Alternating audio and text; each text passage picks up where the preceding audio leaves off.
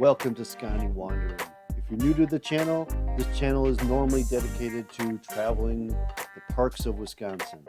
But in this multi-part series, come along on the journey of a daddy-daughter trip out to Utah from Wisconsin. We'll see the adventures along the way, and you'll see what happens to our trip and how we adapt. Not everything always goes the way you plan. Come enjoy the journey with us, and let's get out there.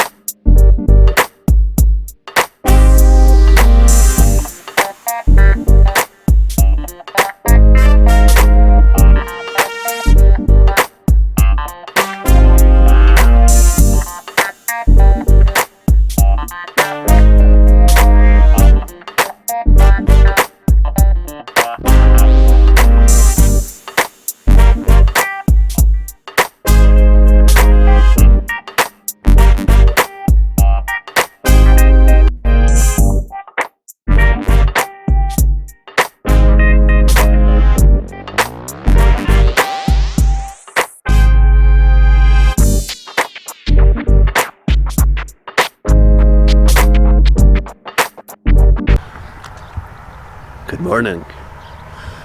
The Sconny has wandered. I'm in Colorado. Just took a full day to make that trip from Wisconsin, across Iowa, across Nebraska, and Nebraska failed me.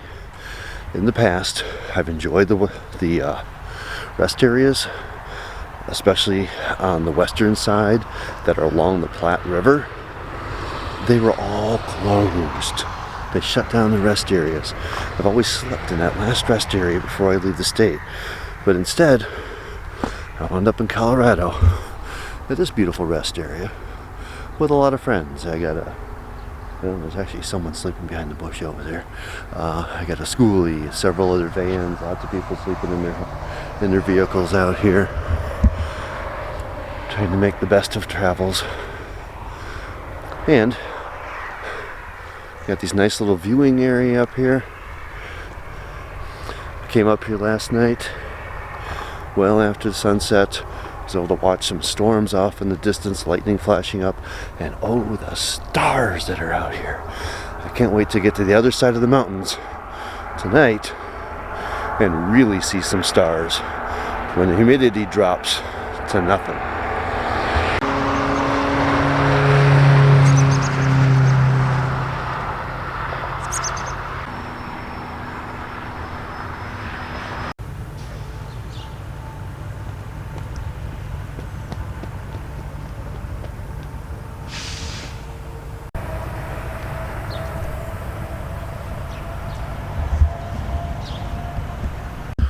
Alright, and on this trip I am not traveling alone. Say hi, Cece. Hi. She's traveling with me. I needed an extra driver.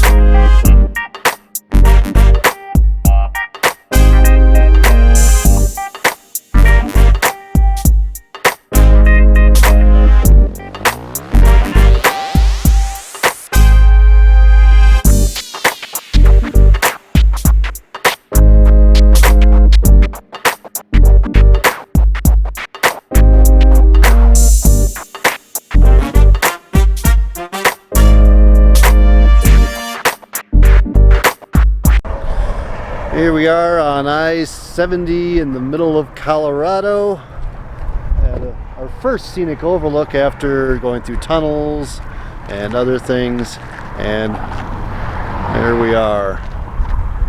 Really should find out where we are.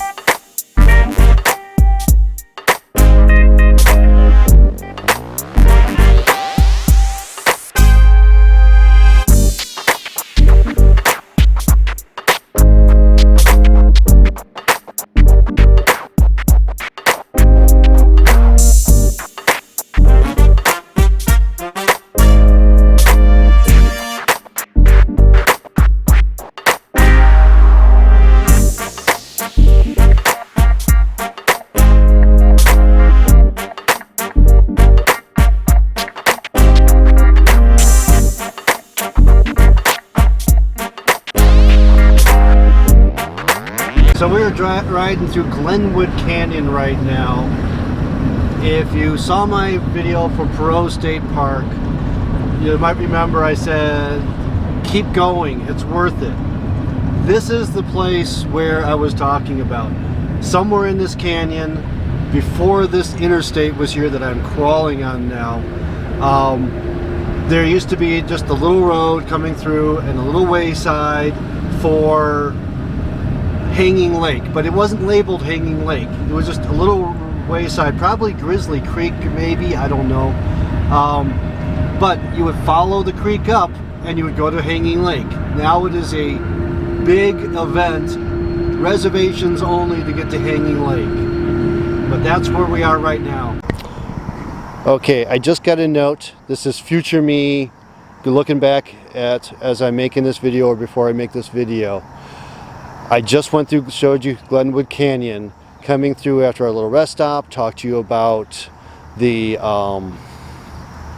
Hanging Lake and things like that, and then on to Rifle Gap is part of the travels.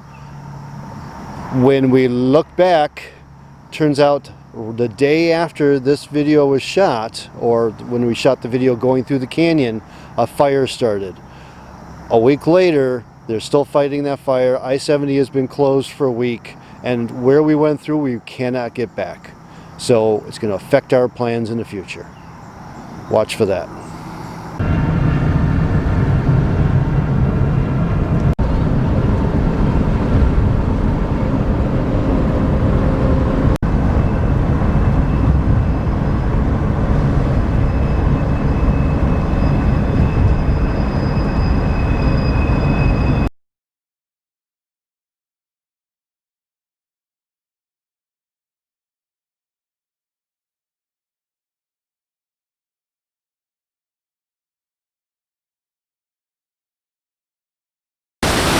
So as soon as you walk anywhere near these falls, it's like 90 degrees out here today. We got within the hearing range and the temperature dropped like 15-20 degrees. It is really comfortable here right now. We are near the edge. Are you going to go behind?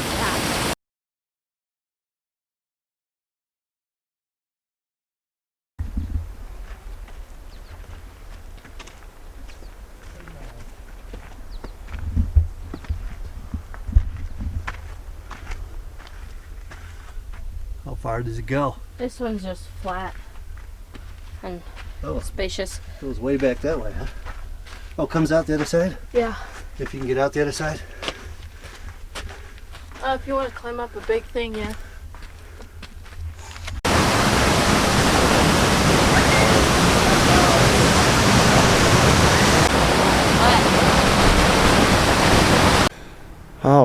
right, so what are we doing?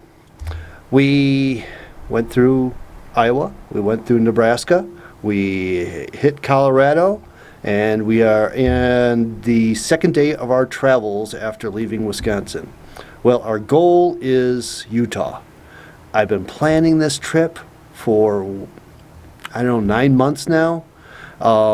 6 months ago, I booked those campsites, the first chance I had at the national park. So I have 3 nights in Arches, 2 nights in Capitol Reef at Fruitera Campground.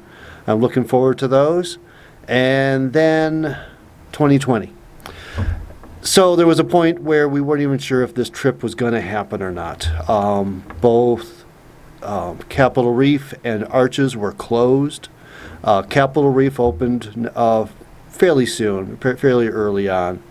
Arches didn't open until less than a month ago, so we weren't sure if our reservations were going to be any good at all.